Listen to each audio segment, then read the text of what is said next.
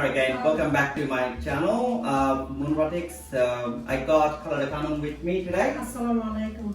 So she's going to cook beef curry and show us how it's get done. Today I'll be behind the camera because I don't have Sophia with me to help around. She's working. So she obviously still will be talking and she will explain every single step that how she is doing it and what's the best way to do. So let's get it rolling.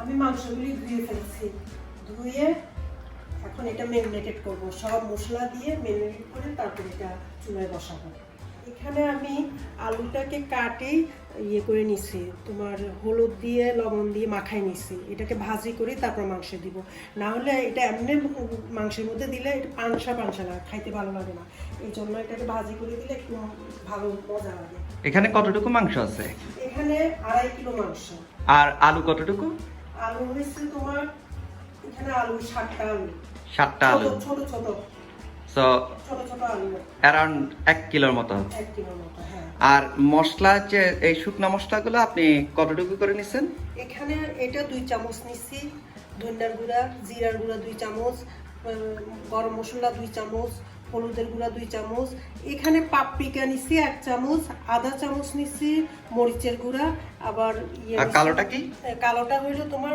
Black pepper গোলমরিচ গোলমরিচের গুঁড়া আর এটা হলো তোমার আদা বাটা আর এটা হলো রসুন বাটা আদা বাটা হলো 4 চামচ আর রসুন বাটা হলো 3 চামচ 3 চামচ আর তেজপাতা দারচিনি এলাচ এগুলো কতগুলো আনুমানিক এলাচি নিছি এখানে 6টা লং 6টা তেজপাতা 6টা দারচিনি 6টা আর পেঁয়াজ কতটুকু পেঁয়াজ এখানে ছোট ছোট পেঁয়াজ আমি 7টার মতো নিছি সে কিছু এখানে ম্যারিনেটেড করার সময় দিব আবার কিছু ভাজা করব একদম ভাজা করি তোমার গোল্ডেন কালার করে ফেলবো আচ্ছা ওকে তো তাহলে আমরা রান্না শুরু করি হ্যাঁ শুরু করি আমি একটা একটা করে দিতে থাকি প্রথমে দিব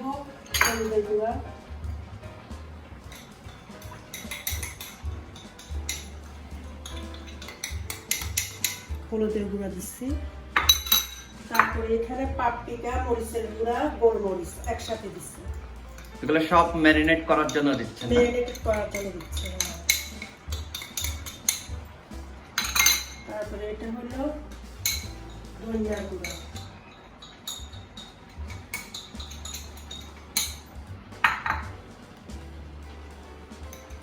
এটা হলো জিরার গুঁড়া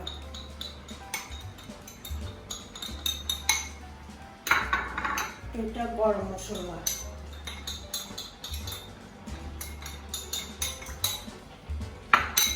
এখন দিয়ে দিব 4 চামচ আদা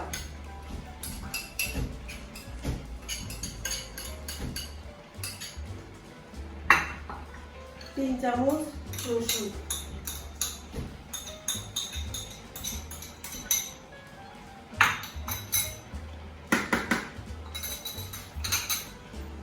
লবণ দিব তোমার 1 চামচ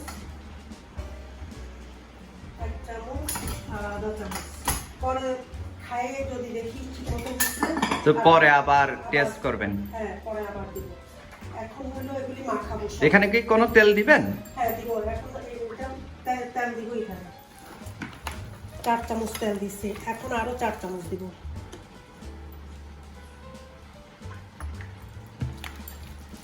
তো অলমোস্ট লাইক 2 হ্যান্ডফুল এইভাবে মাংসটা রান্না করলে মাংসটা অনেক মজা হয় আর এমনি যদি সব মশলা রান্না করলে ওটা আরেক রকম টেস্ট ওটা এই টেস্টটা বেশি ভালো মাংসটা ওই ফ্লেভারটা অ্যাবজর্ব করে এটা মাখায় কি কিছুক্ষণ রেখে দিবেন নাকি সরাসরি চুলা বসায় দিবেন দিব কিছুক্ষণ মনে করো ওই যে পেঁয়াজটা আর রসুনটা যখন বেরেস্তার মতো হয়ে যাবে ততক্ষণে অতটুকুই থাকবে অতটুকু সময় থাকবে আনুমানিক এরকম মাখানো অবস্থায় 10 মিনিটের মতো থাকবে হয়তো হ্যাঁ এরকম আর কি এই কাপে আধা কাপ তেল দিচ্ছি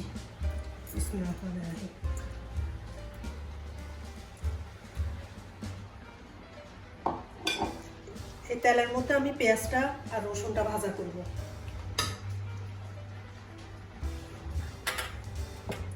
এখানে কিছু পেঁয়াজ দিয়ে দিচ্ছি আমি ম্যারিনেটের মধ্যে, এটা মাংসের সাথে হবে, এটা বেরাস্তা হচ্ছে না, এটা মাংসের সাথে হবে আর কি। তো অর্ধেক পেঁয়াজ আপনি মাংসের মধ্যে এখানে মিক্সের মধ্যে দিচ্ছেন, বাকি অর্ধেক আপনি বেরেস্তার মতো করে করবেন, বেরাস্তার মতো করবো। এটা গরম হোক, আমি এটা একটু মাখাই।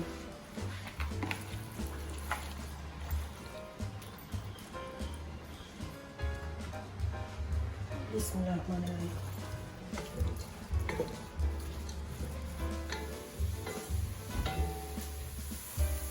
দেখো পুরোটা বেরেস্তা হয়ে গেছে, দেখছো? হ্যাঁ, এখন মাংসটা গোল্ডেন ব্রাউন গোল্ডেন ব্রাউন হয়ে গেছে। এখন মাংসটা এটার মধ্যে দিয়ে দেবো। এরকম করে দিলে পরে মাংসটা কালারটাও সুন্দর আসে, খাইতেও ভালো লাগে।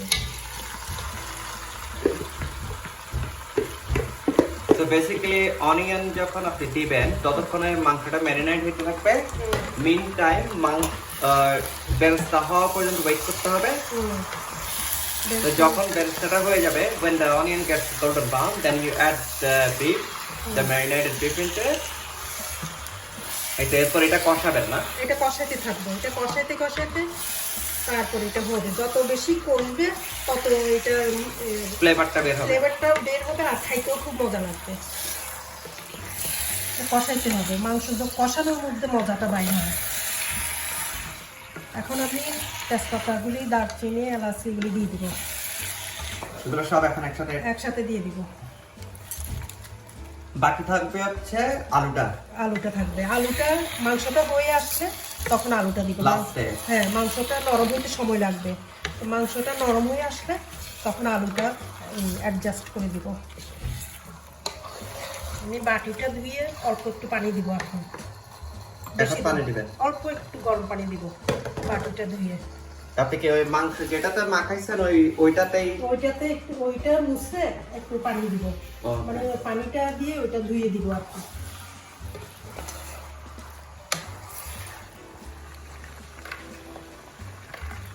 আধা কাপ পানি, আধা কাপ চেয়ে একটু বেশি হালকা একটু কম এইটা দিচ্ছি।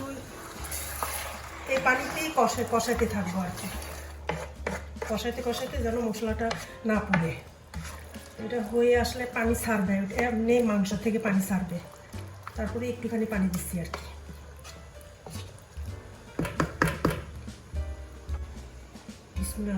ঢাকনাটা দিয়ে দিচ্ছি, এখন আস্তে আস্তে হইতে থাকুক। এখন কি লো হিটে রেখে দিচ্ছেন চুলা?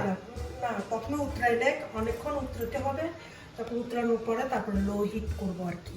সো উতরানোর পরে এটা লো হিটে দিয়ে দিবেন। লো হিটে দিয়ে দিব, তখন আস্তে আস্তে হইতে থাকবে। তো আনুমানিক এভাবে কতক্ষণ থাকবে? 1 ঘন্টার মতো থাকতে হবে। ওকে, মাংসটা নরম হইলে তখন আলুটা ভাজি করে দিয়ে দেবো আর কি। আচ্ছা, ওকে।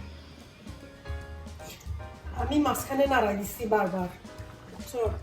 কারণ এটা কষাইতে এখন এটা পানি ছাড়ছে না? হ্যাঁ, উতরায় পানি ছাড়ছে। তা এখন আমি এটা জাল কমাই দিচ্ছি নরম হওয়ার জন্য, মাংসটা নরম হওয়ার জন্য জাল কমাই দিচ্ছি। এখন নাড়ানোর পরে এখন কি আবার ঢাকনা দিয়ে রেখে দিবেন? হ্যাঁ, ঢাকনা দিয়ে রাখে দিব। লো হিটে না? লো হিটে ঢাকনা দিয়ে রাখার পরে একটু নরম হলে তখন আলু দিব আর কি। আচ্ছা, মাংসটা হয়ে গেছে, দেখি চেহারাটা কি অবস্থা। নরম হয়ে গেছে। এটা এখন সিদ্ধ হয়ে গেছে না? হ্যাঁ, সিদ্ধ হয়ে গেছে। এখন আমি করব, তেজপাতাগুলো উঠাই ফেলবো। তেজপাতা, তারপর দারচিনি, এগুলো সব উঠে ফেলবেন? এগুলি সব উঠাই ফেলবো।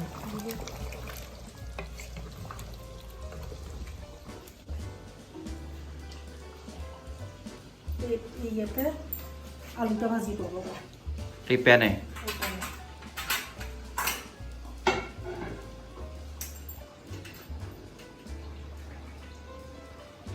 আলু ভাজি করার জন্য তেল দিয়ে নিচ্ছি। এখানে আনুমানিক কতটুকু তেল দিচ্ছেন? 3 চামচের মতো। 3-4 চামচ। 3 চামচের মতো। গরম হোক,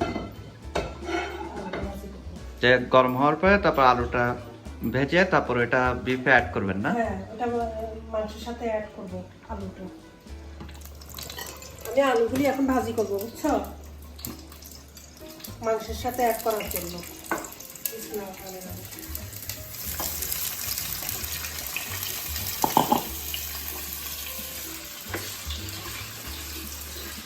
আলুটা ভাজিতে একটু সময় লাগবে। চালটা কি লাইটলি ভাজি করবেন নাকি একটু? একটু ব্রাউন কালার করবো, ব্রাউন কালার হলে হুম। তারপরে মাংসের সাথে দিয়ে দিব। একটু সময় লাগবে। আলুটা আমি এতক্ষণ ভাজি করছি, বুঝছো, মানে ব্রাউন কালার করছি আর কি। তো লাইট ব্রাউন করে, লাইট জাস্ট হালকা হালকা কালার, হালকা লাইট কালার করছি। এটা কি আর করবেন নাকি এখন আর অ্যাড করে কিছু করবো ফেলবেন? না, এখন অ্যাড করে ফেলবো। এখন এখানে অ্যাড করে ফেলবো। তেলটা দিব না, তেলটা রাখে দিব। তেল বেশি দিলে আবার বেশি হয়ে যাবে, বেশি অয়েলি হয়ে যাবে। অয়েলি হয়ে যাবে, ভালো লাগে না তেল বেশি খেতে। এখন এটা নাড়াবো, বুঝছো, নাড়ায় 1 কাপ পানি দিব। আমার জগে পানি গরম হয়েছে। ওকে, আমি আপনাকে পাস করতেছি।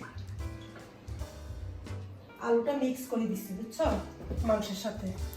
আলুটা মিক্স হয়ে গেছে। এখন জালটা বাড়াই দিব। এতক্ষণ জাল কম হয়েছিল, এখন জালটা বাড়াই দিচ্ছি। হিট বাড়াই দিছেন? হিট বাড়াই দিচ্ছি। কি হাই ফ্লেমে? এখন 1 কাপ পানি দিব। 1 কাপ পানিটা বিসমিল্লাহ, এই যে 1 কাপ পানি দিচ্ছি। এখন আলুটা হইলেই, আলুটা একটু নরম হইলেই আমি নামাই ফেলবো, কারণ মাংস হয়ে গেছে। আনুমানিক 10 মিনিটের মতো রাখবেন না? 5-10 মিনিট। আচ্ছা।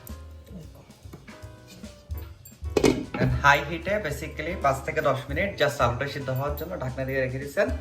এরপর এটা ready.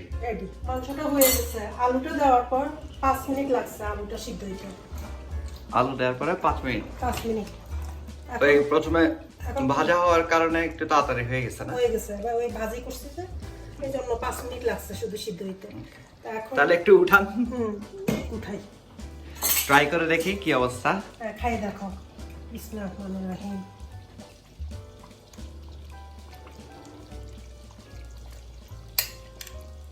Okay, let's give it a try. As I said earlier, because I don't have Sophia to help me around, had to set up the camera so I can show you guys what it looks like and everything. So sorry if you can't see the face and everything. Okay.